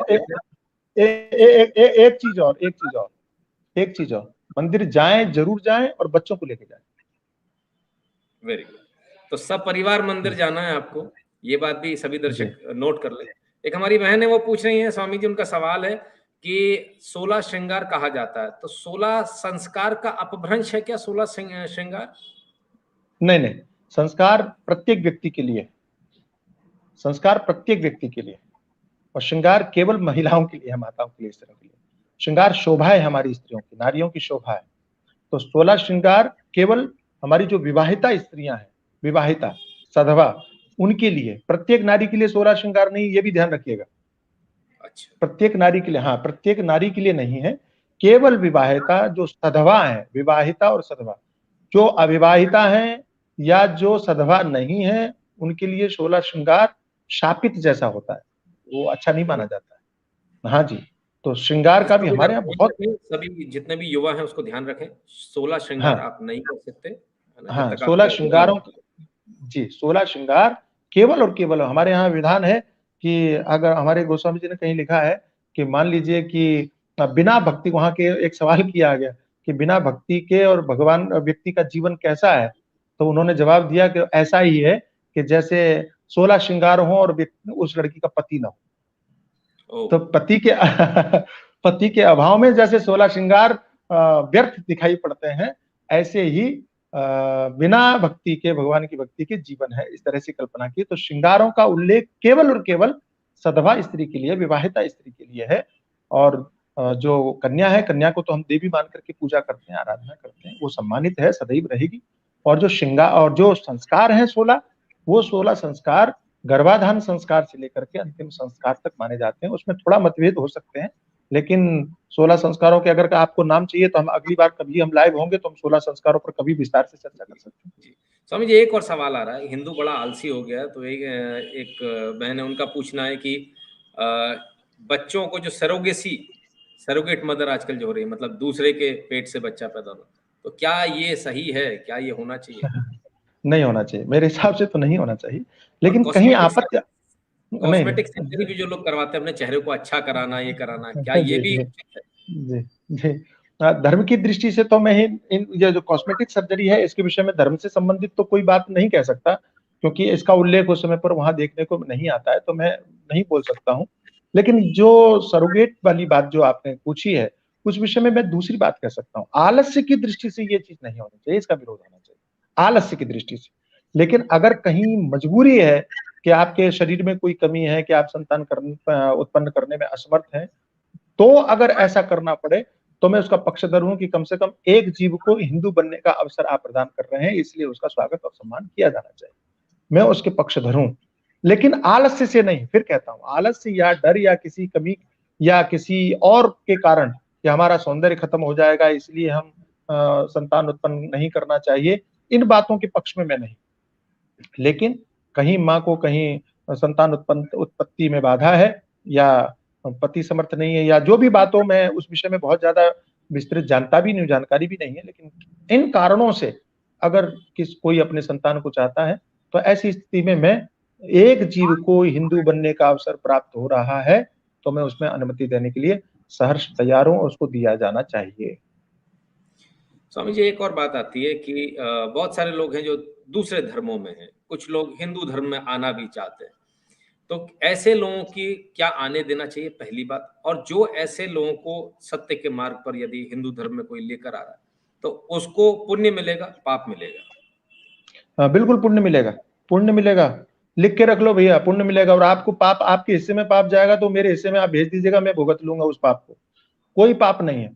भगवान शंकराचार्य जिनके कारण हमारी परंपरा ये आज सनातन संस्कृति में चल रही है, आप चकित हो जाएंगे कि उस समय पर बौद्ध काल था, बड़े बड़े राजा बौद्ध बन चुके थे, और उन्होंने पूरे भारत में बौद्ध साम्राज्य एक तरह से स्थापित कर लिया था। उन भगवान शंकराचार्य ने उन राजाओं के समीप जाकर के और उनके सामने बौद्ध मत को पराजित करते हुए हिंदू धर्म, सनातन धर्म की स्थापना किया, और जो बौद्ध हो चुके राजा थे उनको पुनः हिंदू बनाया, और उनके जितने भी अनुयायी थे सबको हिंदू बनाया। तो जिन भगवान शंकराचार्य को सनातन धर्मोद्धारक कहा जाता है, उन भगवान शंकराचार्य ने बौद्ध हुए अपने ही लोगों को वापस हिंदू धर्म में अगर स्वीकार कर लिया, ये हमारे लिए आदर्श है। और हमको हमारे ही हिंदू भाई बहनों ने किसी भी कारण से, चाहे इस्लाम धर्म स्वीकार किया हो, चाहे क्रिश्चियन धर्म स्वीकार किया हो, चाहे किसी अन्य धर्म में गए हो, यदि वे वापस आते हैं तो उनका स्वागत, सहर्ष स्वागत किया जाना चाहिए। और जो नहीं आना चाहते हैं उनको आने के लिए प्रेरित भी करना चाहिए, उनको बताना चाहिए कि आपसे 4 पीढ़ी 5 पीढ़ी पहले आप कौन थे, जरा देखो, समझो, जानो, आपका जो मूल तत्व है वो कौन है, वो हिंदू ही है, आपको किसी दूसरे धर्म में जाने की आवश्यकता नहीं है। और आप लिख के रख लीजिए नितिन भाई, बहुत जल्दी इंडोनेशिया जो है ना, बहुत जल्दी, और ये 21वीं शताब्दी की सबसे बड़ी घटना होने वाली है, इंडोनेशिया, संपूर्ण इंडोनेशिया हिंदू धर्म स्वीकार करने वाला है, ये आपको जल्दी देखने को मिलेगा, और हमें इस बात का गर्व होगा। और मैं पुनः दोहराता हूं अपने शब्द कि हिंदू धर्म में इस्लाम के अथवा क्रिश्चियनिटी के कोई लोग हिंदू धर्म में आना चाहते हैं, उनको जरूर लाना चाहिए, लाने के लिए प्रेरित करना चाहिए, इसमें बहुत सारा पुण्य आपको मिलेगा। और अगर आपको कहीं भी पाप का भय है तो मेरे नाम से संकल्पित कर दीजिएगा, भैया ये करने में जो मेरा पाप लग रहा है वो चिदम्बरानंद जी को भुगतने दो, मैं सारा पाप भुगत लूंगा, लेकिन आप उनको हिंदू धर्म में वापस लेकर के आइए। स्वामी जी, आप पूरे देश विदेश इतना सारा घूमे हैं, अभी आप प्रधानमंत्री मोदी से भी मिले थे। हम ये तो नहीं पूछेंगे कि आपकी मुलाकात क्या क्या बात हुई, क्या नहीं हुई, लेकिन इतना जरूर जानना चाहेंगे, आप व्यक्तिगत रूप से उनसे मिले हैं, आपको प्रधानमंत्री मोदी कैसे लगे व्यक्तिगत रूप से, कैसे व्यक्ति हैं? नितिन भाई, जैसा हम सोचते थे उससे भी अधिक वो सोच रखने वाले व्यक्ति हैं। सनातन धर्म के प्रति कहिए, राष्ट्र के प्रति कहिए, उनका संपूर्ण जीवन केवल और केवल सेवा के लिए ही समर्पित होने वाला जीवन है। जो हम देखते हैं उससे ज्यादा वो सहज और सरल है। हम जब बैठे तो वो इस तरह से बैठे थे सहज, जैसे सारा काम छोड़ करके, उनके दिमाग पर कोई दबाव नहीं था, कि टेंशन नहीं था। या एक होता है ना बनावटीपन, हम थोड़े भी किसी से मिलते हैं या कोई व्यक्ति आता है तो हम थोड़ा सा एक बनावटी का ऑरा बना लेते हैं, कि हम देखो प्रधानमंत्री हैं, कि हम महात्मा हैं, कि हम अमुक। हर व्यक्ति के जीवन में हमने ये पाया है। लेकिन जब हम उनसे मिल रहे थे, वो उस व्यक्ति के सिर पे हमने कोई ऑरा नहीं देखा, कि उनके वहां कोई ऐसा बनावटी ऑरा नहीं देखा कि जहां ये लग रहा हो कि हम प्रधानमंत्री से मिल रहे हैं। सहज होकर के वो बात कर रहे थे, और उन्होंने बहुत सारी बातें की, बहुत सारी बातें की। हमारी जो बातें थी वो तो हमने थोड़ा बहुत तो संकेत किया भी है, और कुछ बातें ऐसी हैं जिनको हम बाद में सामने लेकर के आएंगे। लेकिन प्रधानमंत्री जी ने जो कहा वो लाजवाब था। मैं आप चाहेंगे तो मैं एक दो बातें उनकी जरूर शेयर करना चाहूंगा, कि जी, उन्होंने उन्होंने एक बात बहुत प्यारी कही, बहुत अच्छी कही। उन्होंने कहा कि भारतीय जनमानस में आज भी संतों के प्रति जो श्रद्धा है, आज भी जो संतों के प्रति विश्वास है, आज भी भारत का जनमानस जितना संतों की बात मानता है, कहते हैं वो नेताओं की बात उतना नहीं मानता जितना संतों की बात मानता है। उन्होंने कहा हमारे यहाँ भीड़ तो आ सकती है, लेकिन बात संतों की ज्यादा लोग मानते हैं। और उन्होंने ये भी कहा कि भारत का संत समाज चाह जाए तो क्या नहीं कर सकता है। आप चाह जाए तो सब कुछ कर सकते हैं, क्योंकि बालक बालक आप, ऐसा कोई व्यक्ति नहीं जो किसी न किसी समुदाय के संत से न जुड़ा हो। ये बात वो स्वीकार कर रहे हैं, उन्होंने कहा।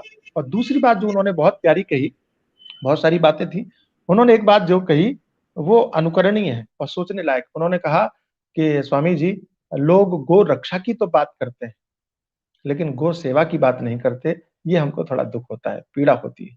तो यदि समाज गो सेवा की बात करने लग जाए तो गो रक्षा अपने आप हो जाएगी। उसके लिए फिर चिल्लाने की जरूरत नहीं पड़ेगी, कहने की जरूरत नहीं पड़ेगी, किसी मांग की जरूरत नहीं पड़ेगी। हम ऐसा क्या करें कि लोग गो सेवा के लिए प्रेरित हों। तो उन्होंने एक अभियान चलाया हुआ है, उसकी उन्होंने चर्चा की कि हमने वाराणसी में गोवर्धन, गोवर्धन नहीं, गोबरधन, ये गोबर ही धन। अभी शायद हमको लगता है इंदौर में उन्होंने नया प्लांट शुरू किया है, उसका उद्घाटन भी किया है, शायद आज या कल में होने वाला है। शिवराज सिंह की मैंने जी, ट्वीट देखा जी, था। कल उद्घाटन किया है उसका, से किया। नेशनल सीएनजी बनाएंगे, गोबर से जी जी जी सीएनजी। जी। जी, तो वो वाराणसी में वो पहले से शुरू किया हुआ है उन्होंने। तो उन्होंने बताया कि वाराणसी के गांव से सारे हम गोबर ले लेते हैं, और उसको हम गैस बनाते हैं, और उस गैस को फिर हम डिस्ट्रीब्यूट करते हैं। बाद में वो जो फर्टिलाइजर बनता है, खाद रहता है, वो हम फिर किसानों को दे देते हैं। ऐसी स्थिति का परिणाम ये हुआ कि अब वो जो किसान है वो अपनी गायों को घर से नहीं निकलने दे रहे, क्योंकि घर से निकलेगी तो गाय गोबर कहीं दूसरी जगह कर देगी। घर में बांध के रखते हैं। और ये जो लाभ है, इस लाभ की दृष्टि से उन्होंने गायों को अपने घर में पालना शुरू कर दिया। ऐसा अगर पूरे भारत में सिस्टम शुरू हो जाए, या संत लोग भी अगर इसको प्रेरणा देने लग जाए, अपने अपने आश्रमों में, गौशालाओं में ये प्रयोग करना शुरू कर जाए, तो भारत में गोरक्षा ऐसी हो जाएगी हमको कुछ करना ही नहीं पड़ेगा। लेकिन हम चिल्लाते ज्यादा है, करना कुछ नहीं चाहते, बहुत बड़ी समस्या है। ये संकेत उन्होंने किया, प्रधानमंत्री जी ने किया। और सबसे बड़ी बात नितिन भाई, कि जब वो आए मिलने के लिए और उन्होंने देखा कि संत है, तो सहज रूप में वो जूते पहन के आ गए थे, लेकिन वापस गए, जूते उतारे, जूते उतार करके, और उन्होंने कहा कि अरे मुझे जूते पहन के नहीं रहना चाहिए आप लोग के बीच में, वापस लौट के गए। ऐसा नहीं कि वहीं उतार दिए हो, ऐसा भी नहीं कि वहीं उतार के बैठ गए हो, जूते उतारने के लिए दरवाजे पर गए, दरवाजे पर उतार के फिर नंगे पैर आए, आराम से बैठे। बड़े, हमको याद है कि आधा घंटा मिलने का हमको अपॉइंटमेंट मिला था, और हम करीब 50 मिनट तक वहां थे, लेकिन उनके चेहरे पर कहीं हड़बड़ी नहीं थी, कहीं टेंशन नहीं थी, कोई बात नहीं थी। जब जाने लगे तो जाते जाते उन्होंने इतना ही कहा कि आप लोगों ने जो सेवा का दायित्व दिया हुआ है, और भारत की जनता ने जो दायित्व दिया हो, वो भी थोड़ा सा संभाल लो अगर आपकी आज्ञा हो तो। ये उनकी शब्दावली थी। और फिर उन्होंने ये कहा कि आप लोगों के चरण पड़े, ये जो हमारा क्षेत्र है धन्य हो गया, ये पवित्र हो गया। इस प्रकार की जो शब्दावली है वो प्रभावित करती है। हमें याद आता है कि 2014 से पहले यही वो निवास, प्रधानमंत्री निवास और घर हुआ करता था, जहाँ इफ्तारियां होती थी, जहां पर न जाने कितने नाटक नौटंकी वाले लोग आया करते थे। लेकिन अब 2014 के बाद में इफ्तारियां राष्ट्रपति भवन से गायब हो गई, प्रधानमंत्री निवास से गायब हो गई। अब वहां संत जाते हैं, संतों का स्वागत होता है, सम्मान होता है, आदर होता है। इतना आदर होता है कि 130 करोड़ देश वाले करोड़ लोगों के देश वाला प्रधानमंत्री संतों को जूता उतार करके मिलता है मीटिंग में, इससे बड़े गौरव की क्या बात हो सकती है। जी जी जी, बिल्कुल, इसमें कोई दो राय नहीं कि प्रधानमंत्री मोदी ने एकदम नए आयाम स्थापित कर दिए। तो स्वामी जी, आप इतने व्यस्त रहते हैं, जी आपके पास समय नहीं होता 1 मिनट का भी। आपने हमें लगभग पूरा 1 घंटा दिया। इसके जी लिए सादर दंडवत होकर मैं आपको नितिन प्रणाम भाई, करता हूँ। मैं क्षमा चाहता हूँ, पिछली बार समय दिया था लेकिन हमारी फ्लाइट छूट गई, उसके कारण इतना भाग दौड़ हो गया, फिर मैं उस दिन समय नहीं दे पाया आपको। जी, जी, तो सभी लोगों से भी क्षमा चाहता हूँ, आपसे भी क्षमा चाहता हूँ, लेकिन नहीं, हम नहीं, चाहते हैं कि हमारा ऐसी चर्चाएं सौभाग्य है होती कि जी, ऐसी चर्चाएं होती रहे और समाज को एक दिशा मिलती रहे, और मेरी जहां आवश्यकता होगी मैं आप सहर्ष तैयार। बहुत-बहुत धन्यवाद स्वामी जी। हम सिर्फ इतना ही चाहेंगे कि आप दोबारा हमें मौका दें, दोबारा हमें समय दें, ताकि हम आपको दोबारा यहाँ ला सकें। तमाम सारे लोगों के बहुत सारे सवाल हैं जो छूट गए, उन सबसे भी मैं हाथ जोड़कर माफ़ी चाहता हूँ कि आप सबके सवाल छूट गए। अगली बार हम अगले सेशन में स्वामी जी को जैसे ही समय मिलेगा, हम आप सबके सवाल लेंगे, और अगर आप लोग अपने सवाल पहले दे देंगे तो बहुत सुविधा होगी, क्योंकि मैं भी तैयारी करके बैठूँगा, सवाल कैसे पूछने, स्वामी जी को कैसे घेरना है, इसकी भी तैयारी करूँगा। और जी जी साथ ही साथ स्वामी जी, चलते-चलते बस एक सवाल और है मन में, क्या लगता है आपको, हिंदू राष्ट्र पुनर्स्थापित होगा? क्या वो हिंदू वैभव दोबारा होगा? क्या अखंड भारत हम दोबारा कभी देख पाएँगे? जी तो कई बातें हैं लेकिन मैं निश्चित रूप से आशान्वित हूँ, और ये आशा प्रत्येक हिंदू के घर में है। 2014 के बाद में ये बात और प्रखरता से लोगों के जीवन में आई है। ये निश्चित रूप से सत्य है, हिंदू राष्ट्र तो है ही। देखो भाई, नितिन भाई, ये सत्य बात अब लोगों को स्वीकार कर लेना चाहिए कि इस्लाम के आधार पर पाकिस्तान का निर्माण हुआ था। भारत स्वतः अपने आप ही हिंदू राष्ट्र हो जाता है। जिन लोगों ने इसको सेकुलर शब्द घुसाने की कोशिश किया, घोषित करने का प्रयास किया, जबरदस्ती थोपने का प्रयास किया, ये उन लोगों का अपराध है। इस अपराध से मुक्ति चाहिए हमें, कि उसमें से सेकुलर शब्द हटाया जाए। इससे बस शब्द हटाने की आवश्यकता है। मूलतः ये हिंदू राष्ट्र है, इसमें किसी को आपत्ति नहीं होनी चाहिए। बात रही अखंड भारत की, अखंड भारत के लिए हम जरूर कल्पना करते हैं। वे लोग तो गजवाए हिंद की बातें करते हैं, लेकिन मैं भविष्य के रूप में ऐसा देखता हूँ और मैं मानता हूँ कि अखंड भारत, अगर आप केवल पाकिस्तान और बांग्लादेश को जोड़ करके अखंड भारत की कल्पना करते हैं, तो मुझे लगता है कि ये अधूरी कल्पना है। मैं ऐसा मानता हूँ, निकट भविष्य में, इसके लिए भी कोई 200-300 साल की बात नहीं कर रहा हूँ। निकट भविष्य में मैं ऐसा मानता हूँ कि भारत की रूपरेखा ऐसी तैयार हो रही है, आंतरिक रूप से इतनी सशक्त हो रही है कि आप परिवर्तन बहुत जल्दी देखेंगे। और जहां तक भारत था, कांधार तक भारत था, उस भारत की परिकल्पना मुझे ऐसा लगता है कि हमें अपने जीवन में देखने को मिलेगी। बहुत-बहुत धन्यवाद आपका इन शुभ शब्दों के लिए स्वामी जी, और एक बार पुनः आपको दंडवत प्रणाम करता हूँ। आपने समय दिया, जय और जय पुनः एक बार आपको दोबारा से कभी कष्ट दूँगा। हमारा मैं प्रयास तो यही रहेगा कि हम लगातार धर्म से संबंधित बहुत सारे लोगों के मन में सवाल उठते हैं, तो उसके लिए आपको लगातार लाते रहें, और सहर्ष तैयार इसी होगा। प्रकार से आप सबको मार्गदर्शन करते रहें। ठीक है, बहुत धन्यवाद बहुत-बहुत भैया। धन्यवाद। प्रणाम हरि स्वामी जी। हरि।